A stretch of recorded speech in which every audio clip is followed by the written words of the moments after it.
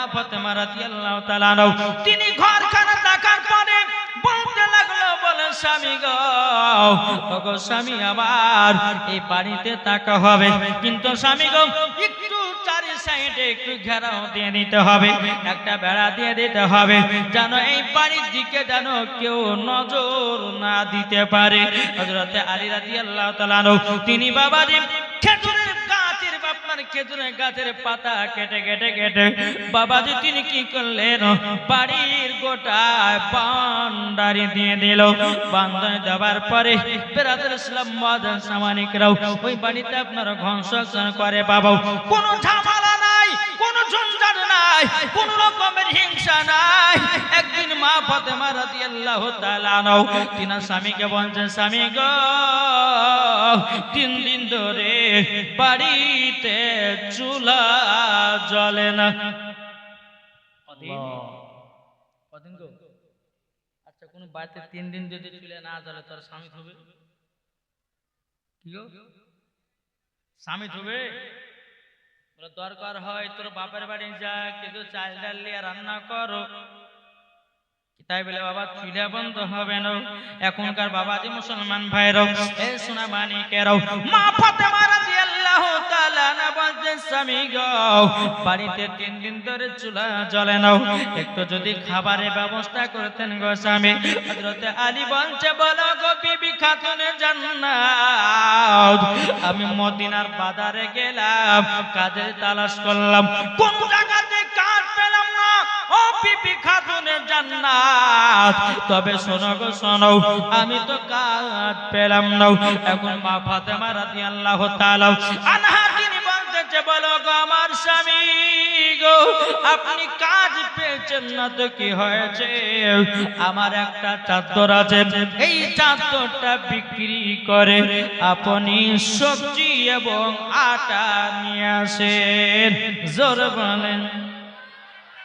এখন মা ফাতেমা চাদর বাবা হযরতে আলীর হাতে দিলেন, কিন্তু হযরতে আলী রাদিয়াল্লাহু তাআলা বলতেছে, এ বিবি খাতুনে জান্নাত, তোমার শরীরে যেটা পর্দা করো এই চাদর কেন আমি বিক্রি করতে যাব? তখন বলছেন, স্বামী গো, স্বামীকে খুশি রাখা মানে আমার আল্লাহ তাআলাকে খুশি রাখাও, তারই জন্য স্বামী গো আপনি আমার চাদরটা নিয়ে যান, আর নিয়ে যাওয়ার পরে আপনি মদিনার বাজারে বিক্রি করে কিছুটা সবজি এবং আটা নিয়ে আসেন, একসঙ্গে আমরা খাওয়া দাওয়া করে আমরা স্বামী স্ত্রীতে একই সঙ্গে তাহাজ্জুদের নামাজ পড়ব। সুবহানাল্লাহ। আচ্ছা বলুন তো, আপনাদের মধ্যে কোন স্বামী স্ত্রী তাহাজ্জুদের নামাজ পড়েছেন? কে পড়েছেন? আছে কেউ? জি, কোন স্ত্রী আছেন যে স্বামীর সঙ্গে তাহাজ্জুদের নামাজ পড়েছেন? কেউ নাই। আমার মায়েরা তো সিরিয়াল দেখা জিনিস, এরা তাহাজ্জুদ বলে লয় কি গো? এদিকের মায়েরা তাহাজ্জুদ মনে পড়ে লজ্জায় বলছে না। জি, এদিকের মায়েরা স্বামী স্ত্রীর কথা মেনে চলে, আর আমি মুর্শিদাবাদের কথা বলছি বাপ। জি, স্বামীর কথা শুনে না, স্বামীর কথা মানেও না। তবে বাবাজি শুধু মায়েদের দোষ দিলে পরে হবে না, কিছু কিছু পুরুষেরও দোষ আছে, ঠিক না? কিছু পুরুষের দোষ আছে না নাই? যারা ফ্রি ফায়ার পাবজি খেলছে, এর আগে যারা বিয়ে করবে ওই মহিলাকে 3 মাস পর ওকে ডিভোর্স দেওয়ার বিদায় করে, কি ঠিক না? যে ছেলেরা ফ্রি ফায়ার পাবজি খেলবে, খেলার পর নতুন বিয়ে করে নিয়ে এসছে, এখন আর নতুন বউ যদি বলে তুমি আমার লেগে পাউডার নিয়ে এসো না, এই বাজার করে সেটা নিয়ে এসো না, ওকে তাহলে 3 মাস পর ওকে ডিভোর্স দিয়ে তালাক দিয়ে বিদায় করবে না কি? তাই আমি মায়েদেরকে বলতেছি, মা শুধু চেহারা বালা দেখলে হয় না, জি, যার ভিতরে গুণ আছে তাকে তুমি বিয়ে করো, তোমার জীবনটা ধন্য হবে। জোরে বলো সুবহানাল্লাহ। কি? আর এখনকার মহিলারা বাবাজি কি করতেছে, যেই মা ফাতেমা রাদিয়াল্লাহু তাআলা আনহা একজন গরিব হযরত আলীকে বিয়ে করেছেন, আর এখনকার আমার মায়েরা গরিব তো দূরের কথা, এখন মিনিস্টার খুঁজতেছে, ঠিক না? মিনিস্টার বলছে মেম্বার যদি হয় তা আরো ভালো, মানে গরিব ঘরে আদের যাওয়ার অভ্যাস নাই, বড় লোক ঘরে যাবে। কিন্তু মা, যেখানে টাকা আছে, যেখানে টাকা পয়সা আছে সেখানে ভালোবাসা নাই, যেখানে ভালোবাসা নাই সেখানে টাকা আছে। কি ঠিক না? জি, একটু মন দিয়ে শুনুন। আমরা মন দিয়ে যদি আমরা সমস্ত ঘটনাগুলো যদি আপনারা শুনেন, আমি মায়েদেরকে বলতেছি, মা গো, একটু যদি আপনারা মা ফাতেমার মতো যদি নারী হতে পারেন তো মরার পরে জান্নাতি জান্নাতি জান্নাতি জোরে বলেন। জি বেরাদুল ইসলাম, এদিকে হযরত আলী বলতেছে, হে বিবি ফাতেমা, তবে শোনো গো, তোমার চাদরটা আমি মদিনার বাজারে নিয়ে যাব। এখন নিয়ে গেল, সারাদিন মান বাবা বসে আছে, হযরত আলীর কাছে চাদরটাকে কিনলো না। বাবাজি মুসলমান ভাইরাও, হে সোনা মানিকেরাও, কি হুজুর বলছে, আলী, ও আলী, তোমার চাদর বিক্রি করার জন্য এসেছো? বলে হাও, আমি চাদর বিক্রি করার জন্য এসেছি। বাবাজি মুসলমান ভাইরাও, হে সোনা মানিকেরাও, বলে কত টাকাতে বিক্রি করবা? বলে 6 দিরহাম। আপনার 6 দিরহাম দিয়ে বাবা এক ইহুদি হযরত আলীর চাদর কিনলো। কেনার পরে বাবাজি হযরত আলী খুবই আপনার খুশি, কিছু টাকা দিয়ে আপনার সবজি কিনলো, আটা কিনলো। আটা কেনার পরে বাবাজি টুক টুক টুক করে আপনি হযরত আলী বাড়ি গেলেন। আর ইহুদিটা মা ফাতেমার চাদর নিয়ে বাড়িতে ঘরের ভিতরে রেখেছে। গভীর রাত্রিতে ইহুদির বিবি বলতেছে, বলে স্বামী গো, ওই ঘরে কোনো হরকেন নাই, ওই ঘরে কোনো হ্যাচাক নাই, ওই ঘরে কোন রকমের বাতি নাই, কিন্তু স্বামী গো, ওই ঘরটা এত আলোময় হলে কেমনই। এখন ইহুদি বলছে, বিবি গো, তুমিও যেখানে আমিও সেখানে, চলো তো গিয়া ঘরের ভিতরে দেখি। এখন ঘরের ভিতরে গিয়া দেখলো, দেখার পরে বাবা যে আল্লাহর কি কুদরত, মা ফাতেমার চাদরে যেন নূর প্রকাশিত হয়েছে। সুবহানাল্লাহ, নূর প্রকাশিত হয়েছে। এখন ইহুদির বিবি বলছে, বলে স্বামী গো, আপনি এই চাদরটা পেলেন কোথা থেকে বলুন নাও। এখন ইহুদি বলছে, বলো গো আমার বিবি, হযরত আলীর কাছে আমি চাদরটা কিনেছিলাম। ওই চাদরটা কেনার পরে আমার এই ঘরের ভিতরে রেখেছিলাম। ইহুদির বিবি বলছে, স্বামী গো, এই চাদর খানা তোমাকে জলদি করে নিয়ে যাও, আর ওই খাতুন জান্নাতে চাদর বেকন দিয়ে আসো। কেন মা ফাতেমার চাদরের সম্মান করতে পারবো না? জোরে বলুন না সুবহানাল্লাহ। সুবহানাল্লাহ। গভীর রাত্রিতে আপনার কি হলো? গভীর রাত্রিতে বাবা যে ইহুদি আর ইহুদির বিবি আপনার মা ফাতেমার চাদরটা নিয়ে বাবা হযরত আলী বাড়িতে আসতেছেন। আর এদিকে হযরত আলী মা ফাতেমা রাদিয়াল্লাহু তাআলা আনহা বাবা রাতিন আপনার ইবাদত করতেছেন। এদিকে ইহুদির বিবি আর ইহুদি গিয়া মা ফাতেমার দরওয়াজা খটখট করে আওয়াজ দিয়েছে। এখন মা ফাতেমা বলতেছেন, বলে স্বামী গো, এত রাত্রি থেকে আসে দেখেন হযরত আলী রাদিয়াল্লাহু তাআলা আনহু তিনি এক পা দুপা করে আসলেন। আসার পরে দরওয়াজা করে দেখতেছে ইহুদি। ইহুদিটা বলছে, আলী গো, ও গো আলী, তোমার চাদর তুমি ঘুরিয়ে নাও। এখন আলী বলছে, বলে ভাই গো, আমি এখন চাদর নিব তো নিব কেমন করে? ইহুদি বলছে, বলে কেন, কি হয়েছে? বলো গো ইহুদি, আমি যে চাদরটা বিক্রি করে টাকাটা নিয়েছিলাম, ওই টাকা দিয়ে আমি সবজি এবং আটা কিনে নিয়েছি। আমি তোমাকে টাকা দিতে পারবো না। ইহুদিটা বলছে, আলী, তোমার কাছে টাকা নিতে আসি নাই, আমি তোমাকে চাদর ঘোরাতে এসেছি। বলে কিসের জন্য? বলে শোনা গো আলী, এই চাদরে এমন একটা গুণ আছে, অন্ধকার ঘরে আমি রেখেছিলাম, অন্ধকার ঘর যেন নূরের আলোতে আলো হয়ে গেছে, তারই জন্য চাদর দিতে এসেছি। হযরত আলী বলছে, বলো গো ইহুদি, কেন নূর প্রকাশিত হবে না? যেই ফাতেমা হলো নবী রক্ত থেকে পয়দাও, আর যে ফাতেমা যে চাদর ব্যবহার করে তারই জন্য ওই চাদরই যেন নূর প্রকাশিত হয়েছে। এখন ইহুদি বলছে, আলী নাও চাদরটা নাও। এখন আলী চাদরটা নিয়ে বাবা নেওয়ার পরে ইহুদি আর ইহুদি বাড়িতে যায়। যাওয়ার পরে সকাল হলো। এখন ইহুদি আর ইহুদির বিবি বলতেছে, বিবি চলো, আজকে দু জাহানের বাদশা বাদশার কাছে যাব, জোরে বলেন সুবহানাল্লাহ। জাহানের বাদশার কাছে যাব। এখন ইহুদি আর ইহুদিনে বেমে গিয়াও সকালবেলাতে গিয়া নবীকে বলছে, নবী গো, ওগো নবীজি, আপনার মতো দরদ নবী কোন জায়গায় মিলবে না। জোরে বলেন সুবহানাল্লাহ। এই বাবা, যেই নবী আমাদের জন্য বাবা এখনো মদিনাতে কান্না করছে রে বাবা।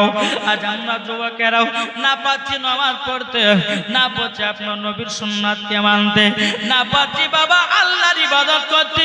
তাই আমাদেরকে বলতে চাই রে বাবা, আমরা যদি নবীকে এক বিন্দু যদি মহাব্বত করি, আচ্ছা বলুন মরার পরে জান্নাতি না জাহান্নামে?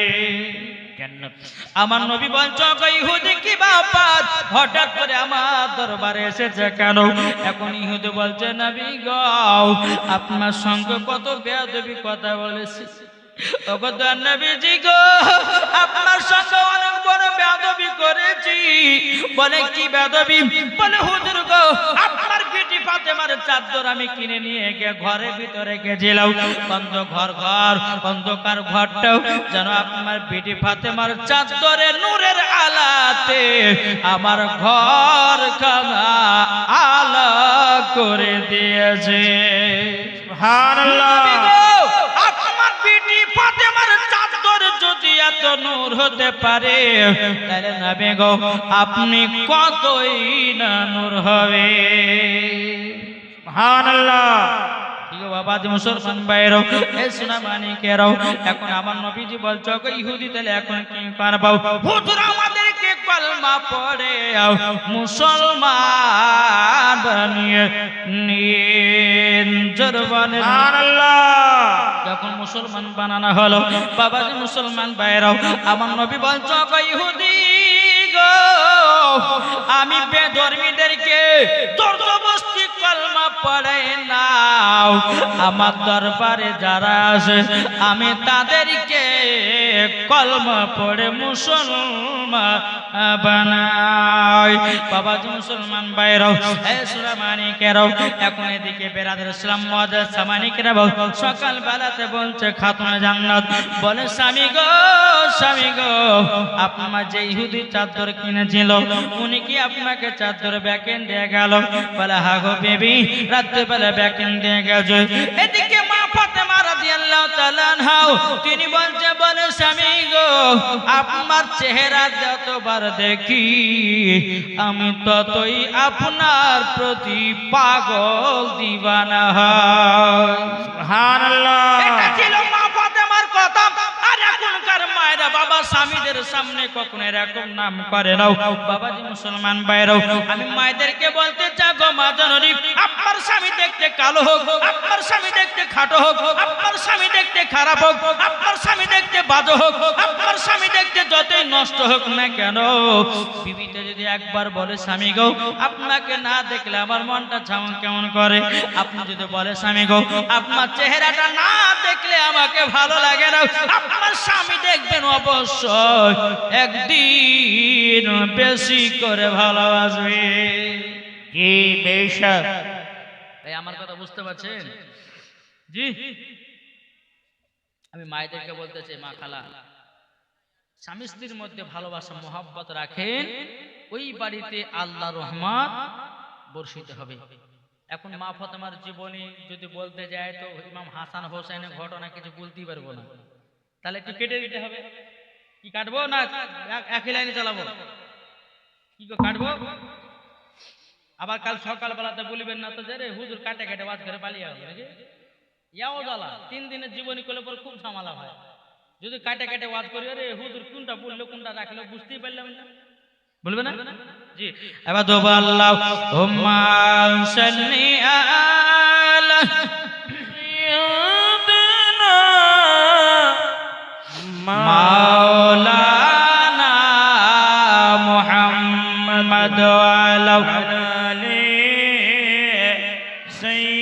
সাইয়্যিদিনা মাওলানা মুহাম্মদ সাল্লাল্লাহু তাআলা সাল্লাম। বাবা যে মুসলমান ভাইরাও, ও মা খালা, আপনাদের কিছু সংসারে ঘটনা আমি বলি মা ফাতেমা কেমন ভাবে ঘর সংসার করেছিলেন। বাবাজি চলো এগিয়ে চলো বাবাজি একদিন মা ফাতেমা রাদিয়াল্লাহু তাআলা আনহা তিনি আপনার যাতা ঘুরিয়ে ঘুরিয়ে ঘুরিয়ে ঘুরিয়ে বাবাজি মুসলমান তিনার হাতে যেন ফুসা পড়ে গেছে। যাতা ঘুরিয়ে হাতে ফুসা পড়ে গেছে। এখন বাবা মা ফাতেমা রাদিয়াল্লাহু তাআলা আনহা তিনি আপনার হাত খান দেখতে যে দুই চোখের পানি জড়াচ্ছে। আল্লাহ গো, আমার স্বামীর জন্য এত কষ্ট করে যাতা করি আটা গেলে পিছিয়ে পিছিয়ে স্বামীর জন্য রুটি বানাই। এখন মা ফাতেমা বলছে বলে আল্লাহ গো, আমার স্বামীর মহব্বতে আমার জীবন চলে যাক, তবে কিছু করার নয়, তবে আমার স্বামীর ভালো বাসায় আগে। এদিকে মা ফাতেমা হাঁটা দেখতেছে আর হযরত আলী রাদিয়াল্লাহু তাআলা তিনি মদিনার বাজার থেকে কাজ করে বাড়িতে প্রবেশ করতেছে। এখন হযরত আলী বলছে ওগো বিবি খাতুনে জান্নাত, ওগো বিবি খাতুনে জান্নাত, কি ব্যাপার হাতে কি হয়েছে, তুমি হাতটা দেখে এত কান্না করছো কেন? তখন বলছে স্বামী গো, আমি যাতা ঘুরায়া ঘুরায়া আমার জানো হাতে ফুসা পড়ে গেছে। হযরত আলী কি করলেন, ওই হাতে একটা বাবা চুমা দিয়ে দিলেন। চুমা দেওয়ার পরে বলছো গো বিবি, আপনার আব্বা জানের কাছে তো অনেকগুলো গোলাম আছে, তুমি যাও, যাওয়ার পরে তোমার আব্বা জানের কাছ থেকে একটা গোলাম বাড়িতে নিয়ে আসো, তাইলে তো তোমার কাজের আরাম পাবাও। যাও বিবি ফাতেমা যাও, তোমার আব্বা জানের কাছে যাও, একটা তুমি গোলাম চেয়ে নিয়ে আসো। কি চেয়ে নিয়ে এসো? বাবাজি মুসলমান ভাইরাও, এ সোনা মানিকেরাও, ওগো আমার আব্বাজি মুসলমান ভাইরাও, এদিকে মা ফাতেমা রাদিয়াল্লাহু তাআলা স্বামীর অর্ডার হুকুম পেয়ে বাবাও আপনার সকালবেলা টুক টুক টুক করে আমার নবীজির কাছে যেতে লাগলেন। আমার নবীজির কাছে অনেক সাহাবীরা আপনার বসে আছে। আমার নবী মুস্তাফা দেখতেছেন, আমার বিটি ফাতেমা আসতেছে। আমার নবীজি খাড়া হয়ে গেলেন, দাঁড়িয়ে গেলেন। আমার নবী মুস্তাফার মাথার পাগড়ি মুবারক খুলে মা ফাতেমা রাদিয়াল্লাহু তাআলা আনহাকে বাবাজি বসতে দিলেন। ও বিটি ফাতেমা কি হয়েছে বলো? বলে আব্বা গো, আপনার সাথে একটা পার্সোনাল কথা ছিল। ও গো বিটি দেখো, অনেক সাহাবীদেরকে রেখে দিয়া তোমার কাছে আমি এসেছি। বিটি তুমি এক কাজ করো, তুমি এখন বাড়ি চলে যাও, আমি সন্ধ্যার সময় তোমার সাথে সাক্ষাৎ করব। এখন মা ফাতেমা তিনি টুক টুক টুক করে আবার বাড়ির দিকে রওনা দিলেন। বাবা সন্ধ্যা হলো, বাবা আমার নবীজি এক পা দু পা করে মা ফাতেমার বাড়িতে গেলেন। আমার নবী বলছে গো বিটি ফাতেমা, আমার কাছে কিসের জন্য গেছিলে বলো না? তখন বলছো গো আব্বা জান, আমার হাতের অবস্থা দেখিন। বলে বিটি তোমার হাতে তো ফোঁসা পড়ে গেল, ফোঁসা পড়ে গেছে, ও বিটি তোমার হাত কেটে নিয়ে যাও। আমার নবী মুস্তাফা তিনি আপনার বিটির হাতে একটা চুমা দিল।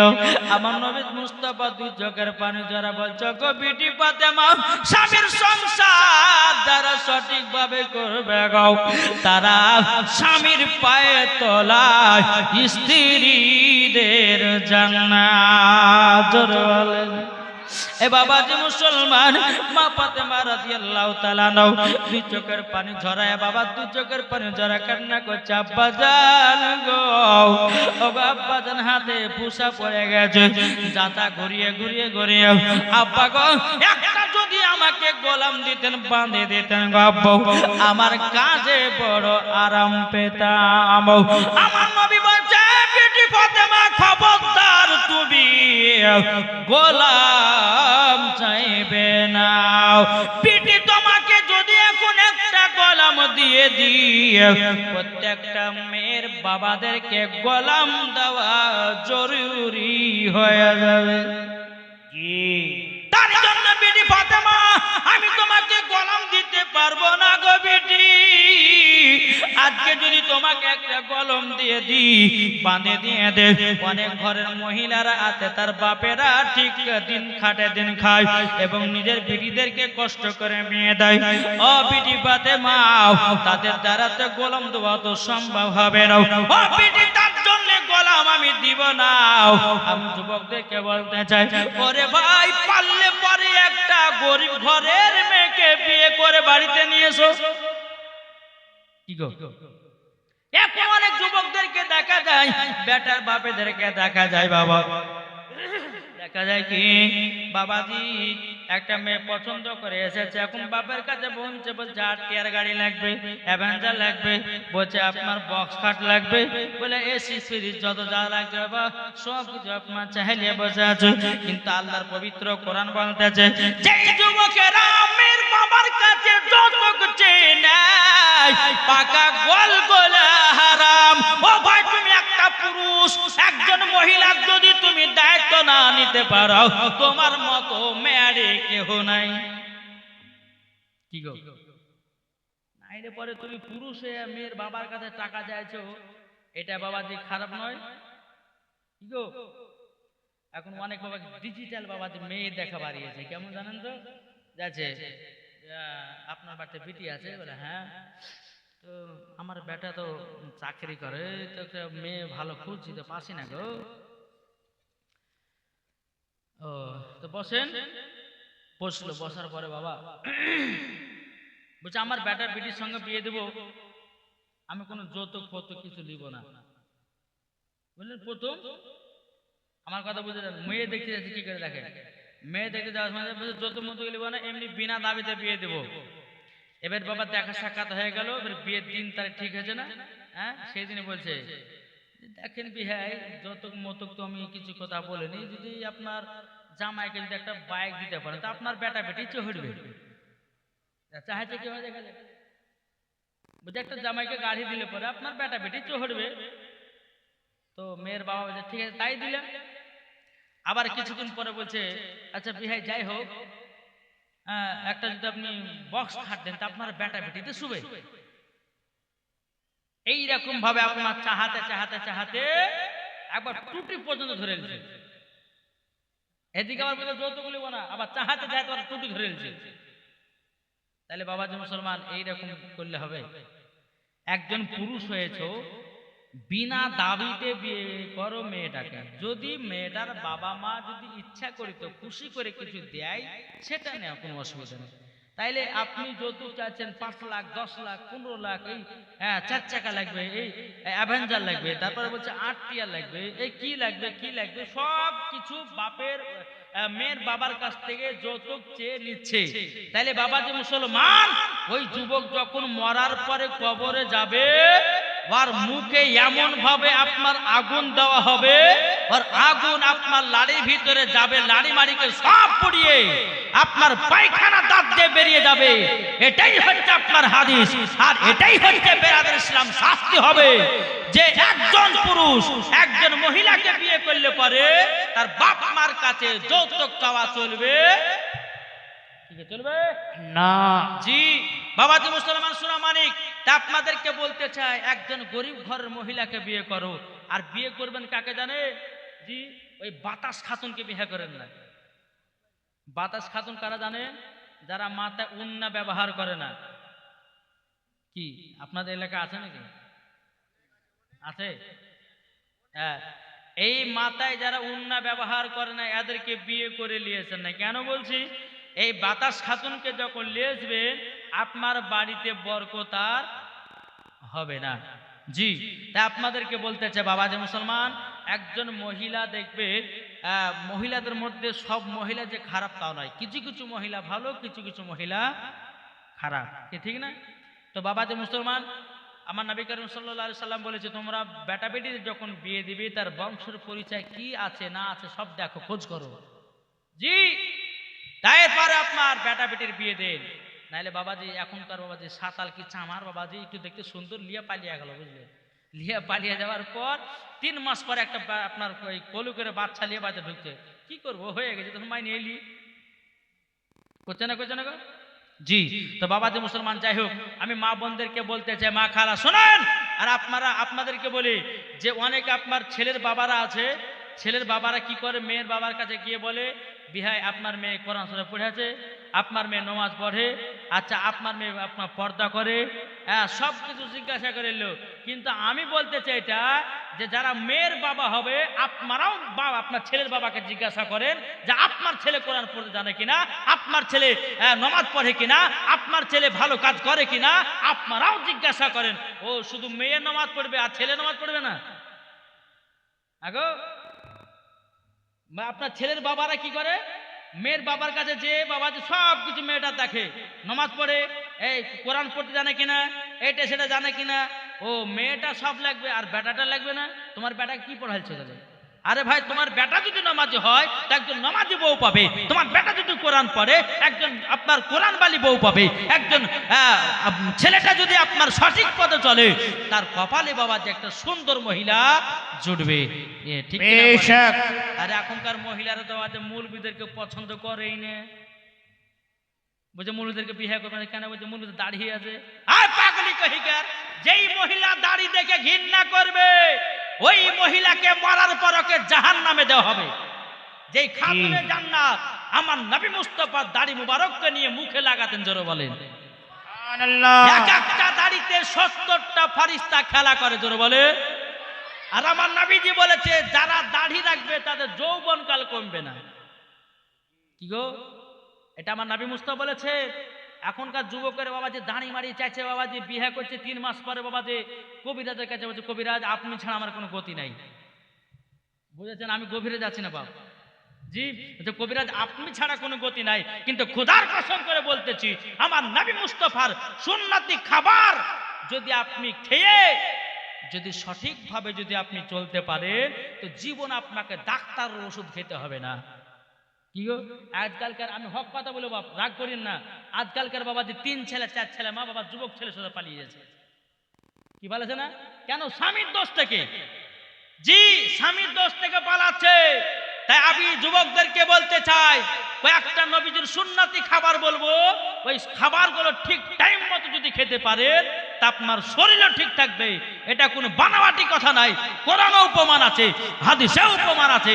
যদি এই খাবারগুলো যদি সঠিকভাবে যদি খেতে পারে জীবন আর যৌবনকাল কমবে না। যদি দাড়ি রাখে যৌবনকাল কমবে না, জোরে বলেন। তাই বলতেছে মা, যদি কপালে লেখা থাকে যার কপাল ভালো তার সাথে আলেমের বিয়ে হয়, যার তার কপালে জুটবে না। হ্যাঁ বাবা, যে সিরিয়াল বালের সাথে মিলবে, বেপর্দা বালের সাথে মিলবে, যার অন্তরে দেখবেন যে মহিলার অন্তরে আলেমদের ভালোবাসা থাকবে আল্লাহ পাক আল্লাহ তাআলা সেই মহিলার কপালে আলেম জুটিয়ে দেয়, জোরে বলো সুবহানাল্লাহ। তাই বলতেছে বাবাজি যে নামাজ পড়বে, আমি ভাইদেরকে বলছি যে সমস্ত ছেলেরা নামাজ পড়বে তার সঙ্গে আপনার বিটিদের বিয়ে দেন, একজন আলেমের সাথে বিয়ে দেন, একজন কারির সঙ্গে বিয়ে দেন, একজন হাফেজের সাথে বিয়ে দেন। হ্যাঁ, দেখবেন আপনিও জান্নাতি, আপনার বাড়ি বাড়িও জান্নাতি, ওই আলেমেও জান্নাতি, জোরে বলে সুবহানাল্লাহ। সুবহানাল্লাহ। আল্লাহ তাআলা আমাদের সকলকে সঠিক পথে চলার তৌফিক দান করে, জোরে বলো আল্লাহুম্মা আমিন। বাবা আল্লাহুম্মা আমিন। এই ওয়াজগুলো করার পরে বাজি অনেক জায়গাতে বলেছি, তা এখন অনেকজন ফোন করে বলছে হুজুর একটা আলেম পাওয়া যাবে বলে, কেন আমার বিটির সাথে বিয়ে দিব। এদিন কিছুদিন আগে আপনার ওই নদিয়াতে গেছিলাম, তো ওই মহিলাটা আলেমা, দেখতে খুব সুন্দর। তো বলছে হুজুর একটা আলেম দরকার আমার। হ্যাঁ, আমার বিটি উচ্চ আপনার খুব সুন্দর পড়াশোনা করেছে, ইংলিশে অনার্সে পাস করেছে। হ্যাঁ, তো এইরকম ভাবে আপনার খোঁজ খবর নেয়। কিন্তু বাবাজি মুসলমান, আল্লাহ পাক আল্লাহ তাআলা যেন সকলকে যেন সঠিক রাস্তায় চলার তৌফিক দান করো। আর আমার মায়েদের জন্য আমি দোয়া করি যেন তারা যেন সুন্দর যেন নামাজি বালা একটা মানে স্বামী পায়। নাকি বলছে? ওই মদ মাতাল যদি পড়ে যায় তো জীবন কানা করে দেবার, জি জীবন কানা। তো বাবাজি মুসলমান, যাই হোক একবার দুরূদ শরীফ পাঠ করুন। আল্লাহুম্মা সাল্লি আলা মাওলানা মুহাম্মদ ওয়া আলা আলি সাইয়্যিদিনা মাওলানা মুহাম্মদ সাল্লাল্লাহু তাআলা আলাইহি ওয়াসাল্লাম। বাবাজি মুসলমান ভাইরাও, এই সোনা মানিকেরাও, এই ছিল বাবাজি আমার নবী জীবন জগৎ বিটি ফাতেমা, তোমাকে গোলাম দেওয়া হবে না। বলে আব্বাজান, বলে কেন? বিটি গো, তোমাকে যদি একটা গোলাম দিই তাহলে প্রত্যেকটা মেয়ের বাবাদেরকে গোলাম দেওয়াটা জরুরি হয়ে যাবে। ও বিটি ফাতেমা, গোলাম দিব না, তবে তোমাকে একটা ফাতেমায়ে তাসবিহ দেব। এই তাসবিহটা যদি বেটে আমল করতে পারো করো, আল্লাহর ফারিস্তারাও তোমার কাজে সহযোগিতা করে দিবে। জোরে বলেন সুবহানাল্লাহ। আমার নবীজি বলতো ফাতেমা, এই ফাতেমার তাসবিহটা তুমি আমল করো। আচ্ছা আপনারা শুনতে কে রাজি আছেন? কি গো আপনারা শুনবেন ফাতেমার তাসবিহ? ও মা কালা যারা নামাজ পড়েন আমার মায়েদেরকে বলি, মা যে মহিলা সংসারে সব সময়তে কাজ করেন, নামাজের সময়তে এই আমলগুলো করবেন, আল্লাহর ফেরেশতারা আপনার কাজে সহযোগিতা হবে। দেখবেন কোন কাজ করতে করতে দেখবেন তাড়াতাড়ি হয়ে যায়, আপনি বুঝে যাবেন যে ওই কাজে আপনার ফেরেশতা যোগদান হয়েছে। তাই মা গো মা জননী, এই ফাতেমার তাসবিহ যারা আমল করেছে, আমার মা ফাতেমা যখন দোয়া করতেন আল্লাহর কাছে, এই ফাতেমার তাসবিহ আল্লাহর কাছে দোয়া করতেন, আমার আল্লাহ দোয়া কবুল করে নিতেন। জোরে বলেন না সুবহানাল্লাহ। এই ফাতেমার তাসবিহ আমার নবী মুস্তাফা খাতুন জান্নাত কে বললেন, বলে বেটি ফাতেমাও এটা 5 ওয়াক্ত নামাজের ভিতরে আমল করবাও। এরকম ভাবে আমার নবী মুস্তাফা এক পা দুপা করে বাড়ির দিকে রওনা দেয়। বেরাদান ইসলাম মুআজ্জাজ সামানিকরাও, হযরত আলী রাদিয়াল্লাহু তাআলা আনহু তিনি মদিনার বাজার থেকে আপনার বাড়িতে আসলেন। আসার পরে বলছে, বলে বিবি গো কি ব্যাপার, তোমার মন খারাপ কেন? বাপ মা কি নাম? আনিসুর রহমান। বাপ মার নামে দিয়েছে 1000 টাকা। নারী দেবেন নারীর রিসালাত আল্লাহ জাসাতে জেনে দিয়েছে 1000। আল্লাহ কতনা দানটা কবুল করে নিন। জোর করনা আল্লাহুম্মা আমিন।